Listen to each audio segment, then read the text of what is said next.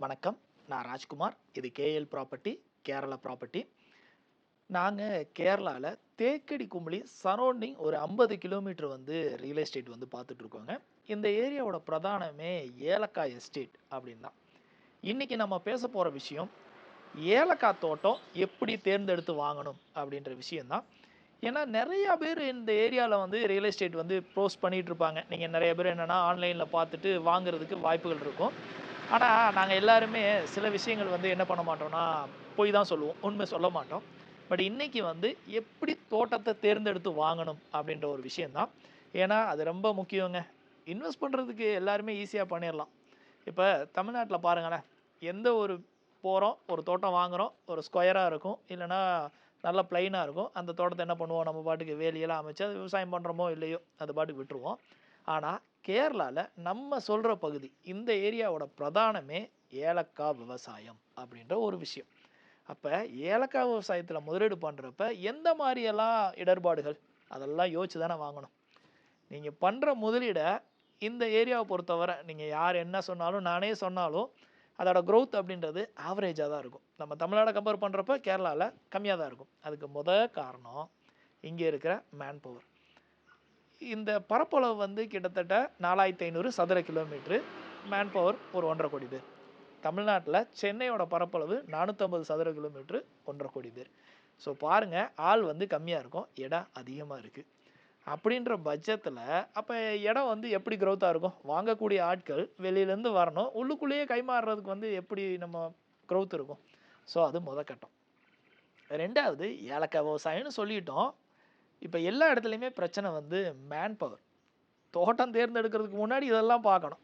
Man power. அப்ப மெயினா இந்த ஏலக்காய் விவசாயத்த யார நம்பி இருக்காங்கன்னா, தமிழ் ஆளுகள நம்பி தாங்க இருக்காங்க. அந்த மேன் பவர பூர்த்தி செய்றது 70% பேர் தமிழ் ஆளுக. தேனி மாவட்டம் சுற்றுவட்டார பகுதிகள் இருப்பாங்க பார்த்தீங்களா? அவங்க தான் இங்க வேலைக்கு வந்துட்டு இருக்காங்க. அப்ப நம்ம பாட்டுக்கு கட்டப்பன, அதாவது இடுக்கி மாவட்டத்தில நான் அந்த 50 கிலோமீட்டர் சரவுண்டிங் அதிகமா போமாட்டேன். அப்ப நீங்க அதெல்லாம் தாண்டி நீங்க போயிட்டீங்கன்னா, உங்களுக்கு எங்க வேலைக்கு ஆள் எப்படி கெடைப்பாங்க? ஸோ அத மெயினா நோட் பண்ணணும்ல. அதனால தான் நான் இந்த சரவுண்டிங்க அதிகமா ரெக்கமெண்ட் பண்ணுவேன். இதனால என்ன அப்படின்னா, காலையில அவங்க ஒரு 6 மணி, 7 மணிக்கு கிளம்புனா, இங்க ஒரு 8 மணிக்கு வேலைக்கு வந்துருவாங்க. இல்ல ஒரு 6 மணிக்கு கிளம்புனாலும் 7 மணிக்கு வேலைக்கு வந்துட்டு ஈஸியா முடிச்சுட்டு போயிருவாங்க. நீங்க உள்ளுக்குள்ள போக போக மேன் பவர் கிடைக்காது. அந்த ஒரு காரணத்துக்காக தான் நம்ம அதிகமா என்ன சொல்றோம், இந்த ஏரியால இடம் வாங்குங்க அப்படின்றத ரெக்கமெண்ட் பண்ணி சொல்லுவோம்.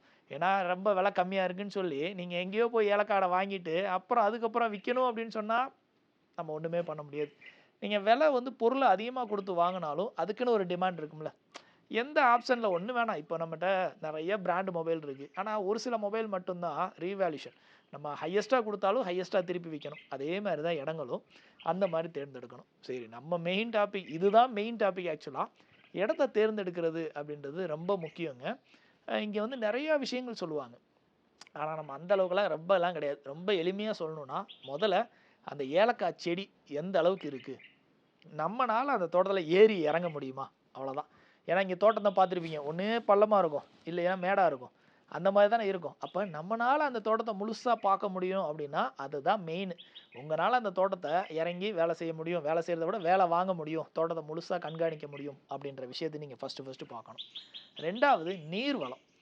3 மெயினான விஷயம். நீங்க ப்ராப்பர்ட்டி வரைக்குமே கார் போய் நிறுத்துற மாரி பார்த்துக்கங்க. ஏன்னா, இப்பலாம் பார்த்தீங்கன்னா, அ ஒரு உரம் கொண்டு போணும் அப்டின்னா, தூக்கி சுமக்கலாம் ஆள் கிடையாதுங்க. அப்ப நம்ம ப்ராப்பர்ட்டி வரைக்கும் என்ன பண்ணணும்? உரமோ, இல்ல வளம், சாணி எதுவா இருந்தாலும் உங்க தோட்டத்துல போய் இறக்கணும். அதுதான் மெயினா பார்த்துக்கங்க. விக்கிறதுக்காக சொல்லுவாங்க, வண்டி வரும், அது வரும், இது வரும். வரவே வராது. மேன் பவர் அவ்வளோ டிமாண்ட். அதனால என்ன பண்ணணும்? நீங்க ப்ராப்பர்ட்டி வரைக்குமே கார் போய் நிறுத்துற மாரி பார்த்துக்கங்க.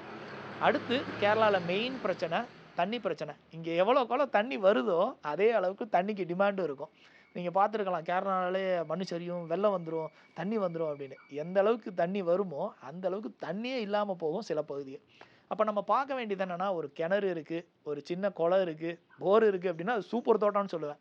அந்த ப்ராப்பர்ட்டில பெரிய பாறைகள் இல்ல அப்படின்னா, அது சூப்பர் தோட்டம். செடி சூப்பரா இருக்கு அப்படின்றதெல்லாம் ஓரங்கட்டிருங்க. நீங்க ஒரு 2 மாசம் வேலை செய்யல அப்படின்னா, செடியெல்லாம் போயிரும். ஏலக்காய் செடியெல்லாம். அதனால அதெல்லாம் பார்க்காதீங்க. தண்ணி எப்படி இருக்கு? ஓகே. எனக்கு போர் இருக்கு, ஒரு கிணறு இருக்கு, ஒரு குளம் இருக்கு அப்படின்னா நம்ம என்ன பண்ணிடலாம்? நம்ம விவசாயத்துக்கு மேனேஜ் பண்ணிறலாம். மழை காலத்துல சூப்பரா இருக்கும். செழிம்பா இருக்கும். வெயில் காலத்துல அப்புறம் நம்ம சொல்ல முடியாதுல்ல. அத பார்க்கணும். அதுக்கப்புறம் நம்ம தங்குறதுக்கு வீடு. ஏன்னா அதோட காஸ்ட் வந்து பார்த்தீங்கன்னா, முன்ன பின்ன இருக்கும். நம்மட்ட காசு இருந்தா நல்ல வீடே கட்டிக்கலாம்.